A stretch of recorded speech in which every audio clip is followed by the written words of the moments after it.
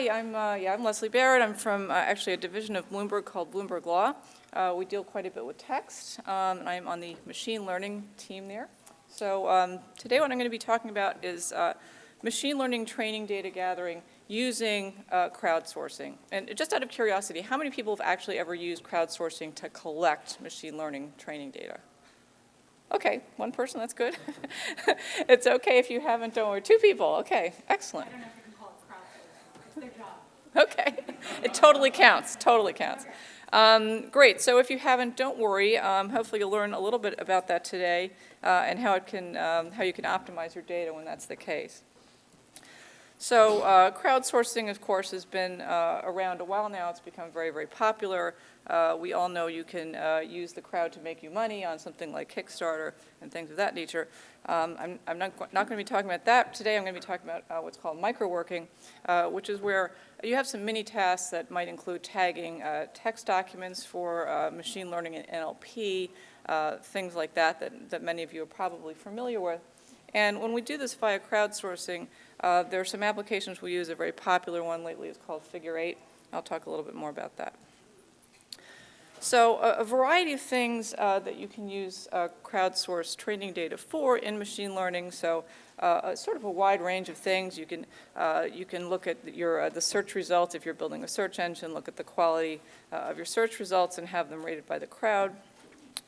You can tag images for an image database. Similarly, you can tag topics for a document classification, or maybe even add sentiment tags to a set of documents, and many other things. But this just sort of gives you a flavor for what you can use crowdsourcing for in machine learning.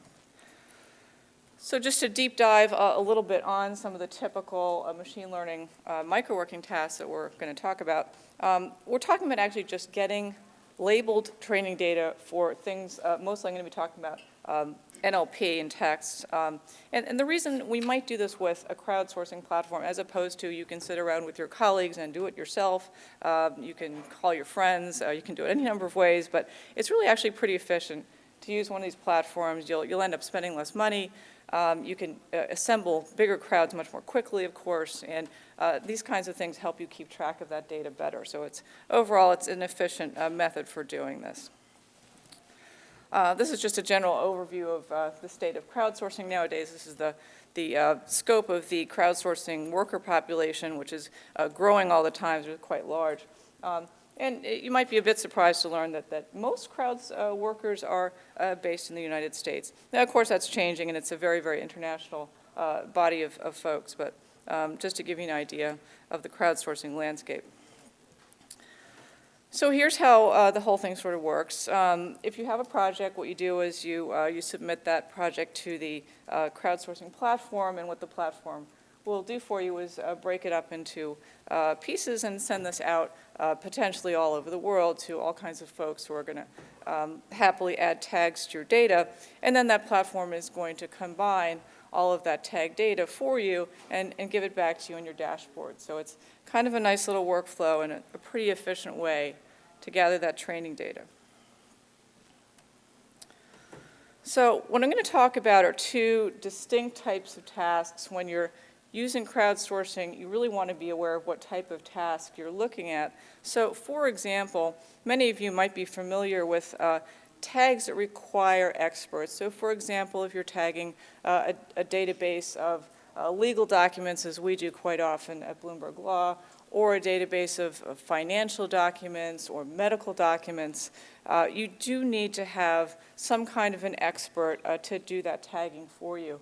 And when we're talking about getting experts to tag data, that isn't going to be cheap. So we don't have too many people. That the data is very complicated and expensive to tag. So we're usually talking about a situation we don't have very many taggers, usually a maximum of 2.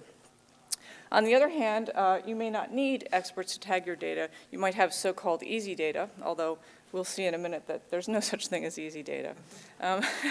But what I mean is things that like image tagging, where you might not need a native speaker of English or an expert of any sort.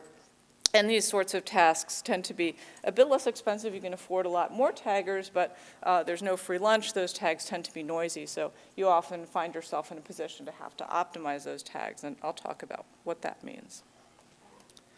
So I want to drive home that crowdsourced data is not going to be perfect data, no matter how great the platform is. You have to remember that there's always going to be some disagreement. So what I hope to impress upon you today is that there are ways of reducing the noise in your data and therefore optimizing your downstream task that you're using it for.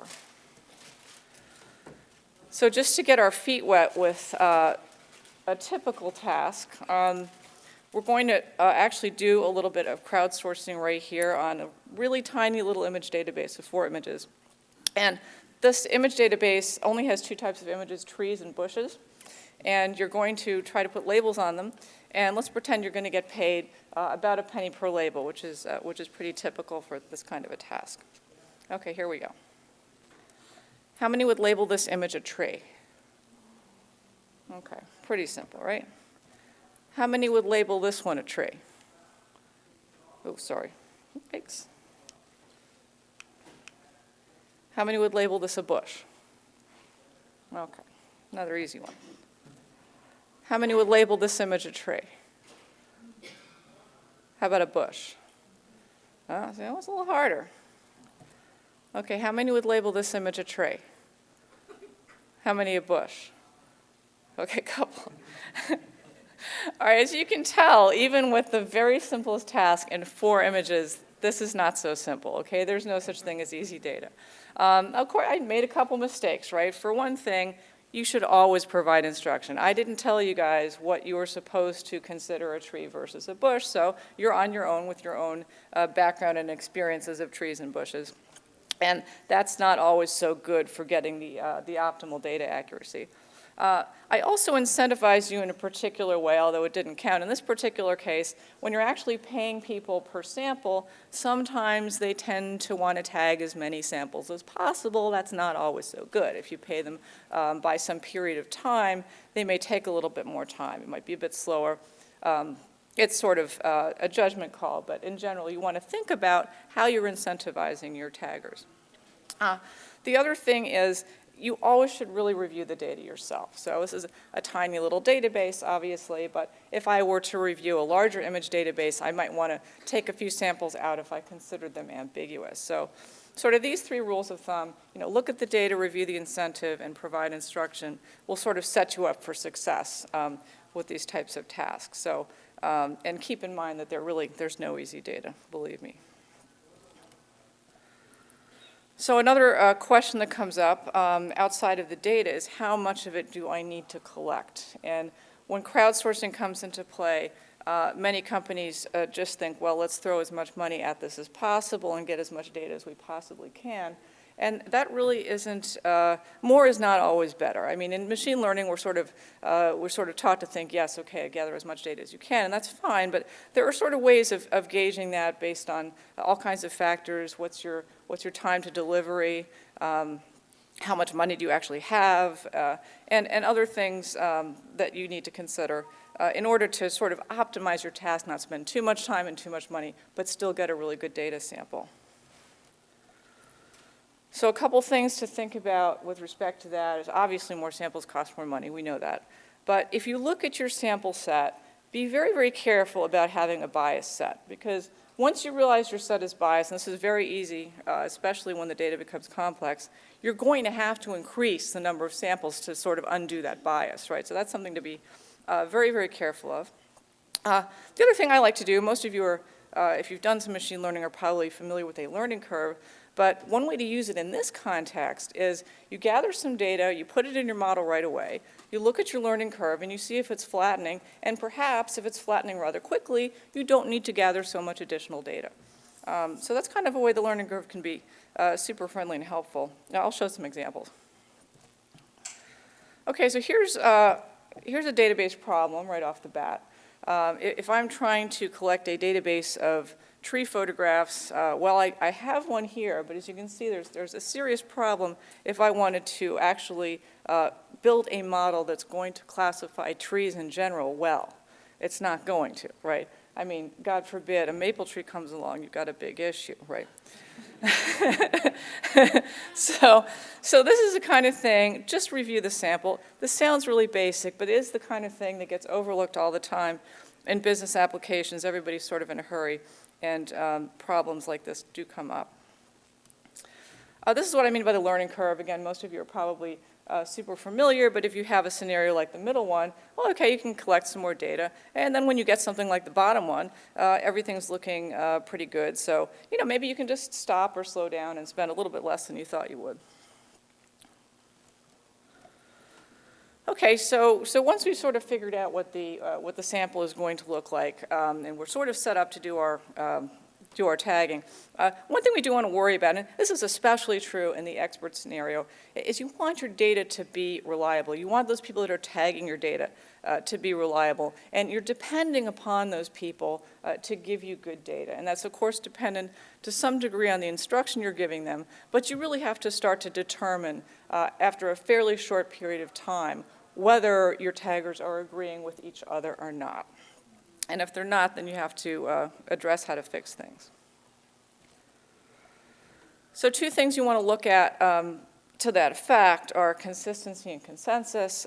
Consistency doesn't so much apply to natural language processing stuff. It's mostly if you're doing survey data. But we really look at more consensus when we're looking at machine learning applications. And in this context, we call it inter-rater agreement. And that is basically the consensus between, let's say, your two expert raters, maybe it's three.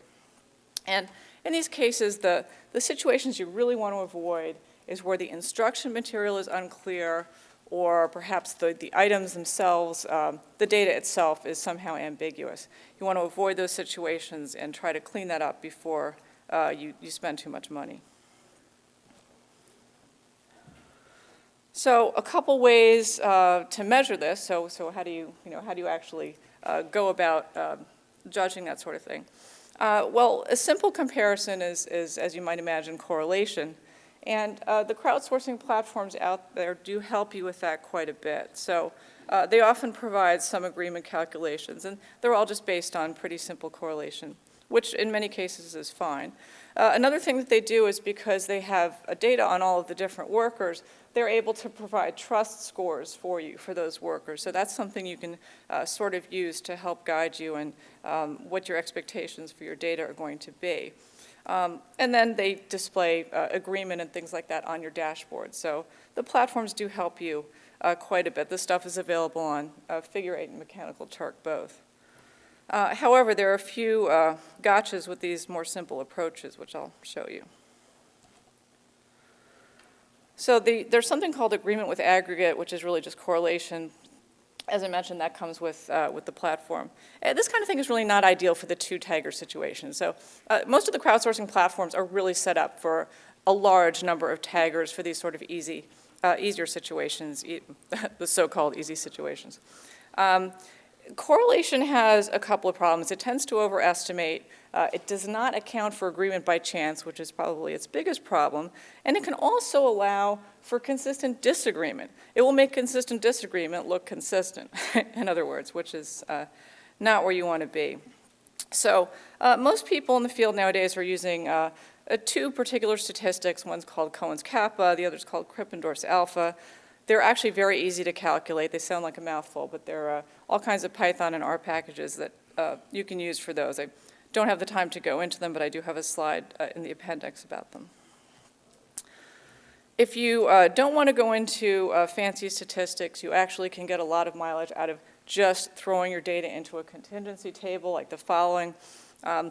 So here you have two coders and two samples.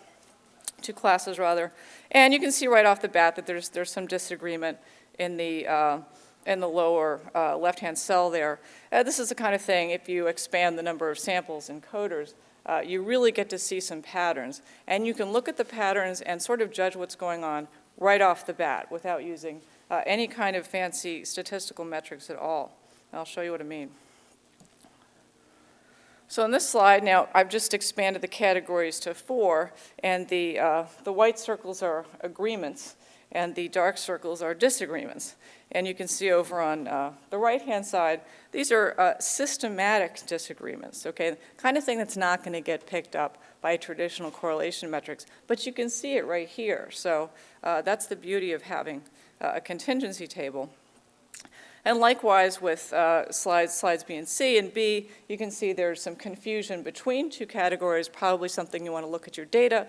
And C, there's probably one coder that's simply saying everything is a 3. That person probably doesn't understand the instructions. So in these cases, you want to go back and try to update the instructions. So actually, pretty simple to just adjust some of the stuff right off the bat. Okay, so if you've determined that your agreement is just too low, what are you going to do about it? I don't suggest throwing away samples. Sometimes there is ambiguity in the data. See if that can be adjusted.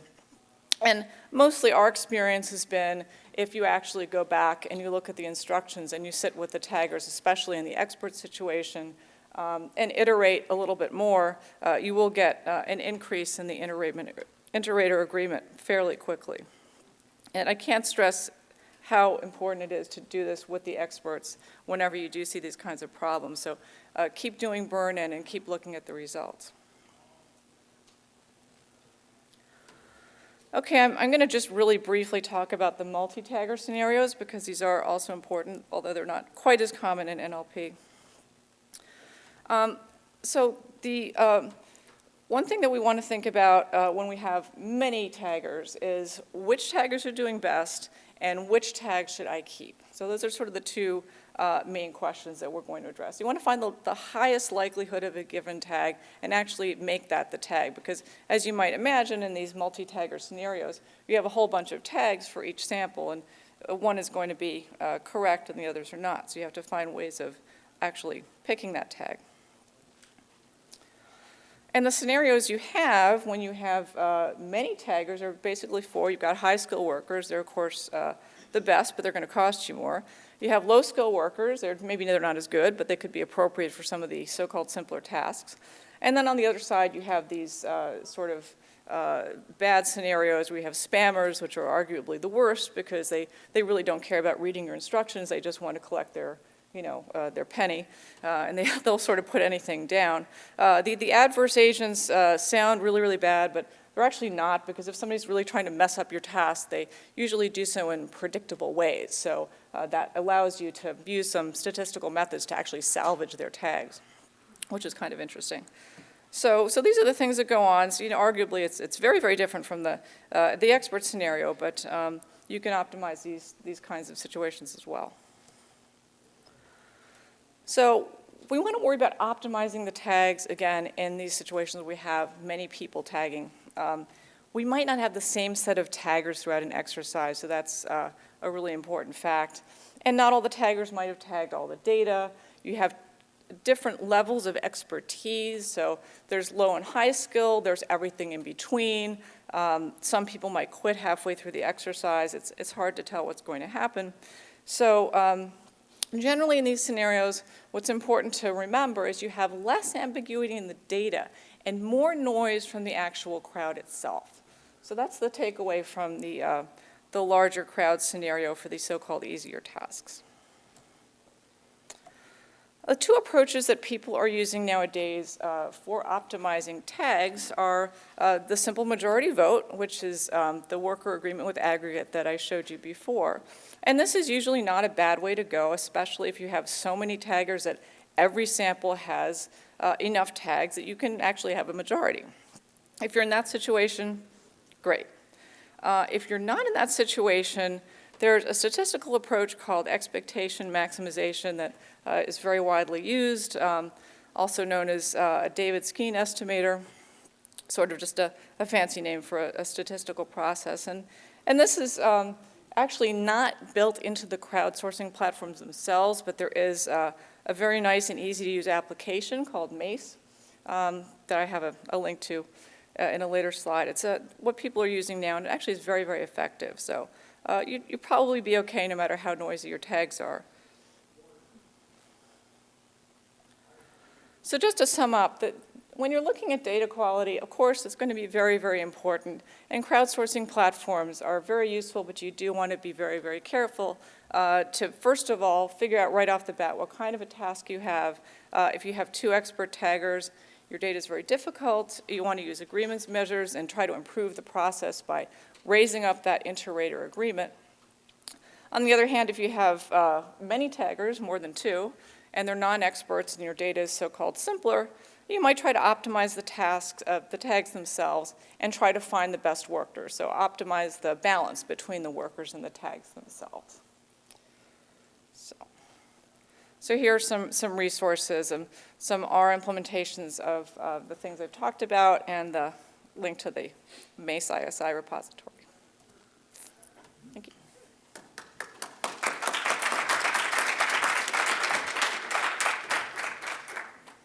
Okay, so we have time for one question while the next speaker is setting up.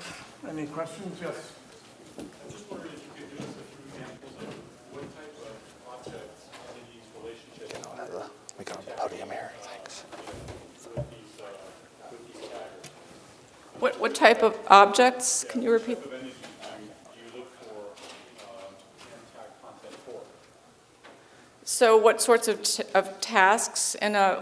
So for example, tagging a collection of images is a pretty typical task for a larger collection of taggers, whereas tagging specific documents, now tagging something like news documents, I could see having more people do that kind of a task. But for tagging something that's a very, very domain-specific kind of exercise, like tagging medical documents, for example, you're probably going to have people with a medical background, and they're going to cost you a lot. So if you want to have like 5 taggers to it, God love you. But I mean, most people are only going to want to have 2. It's all you can afford.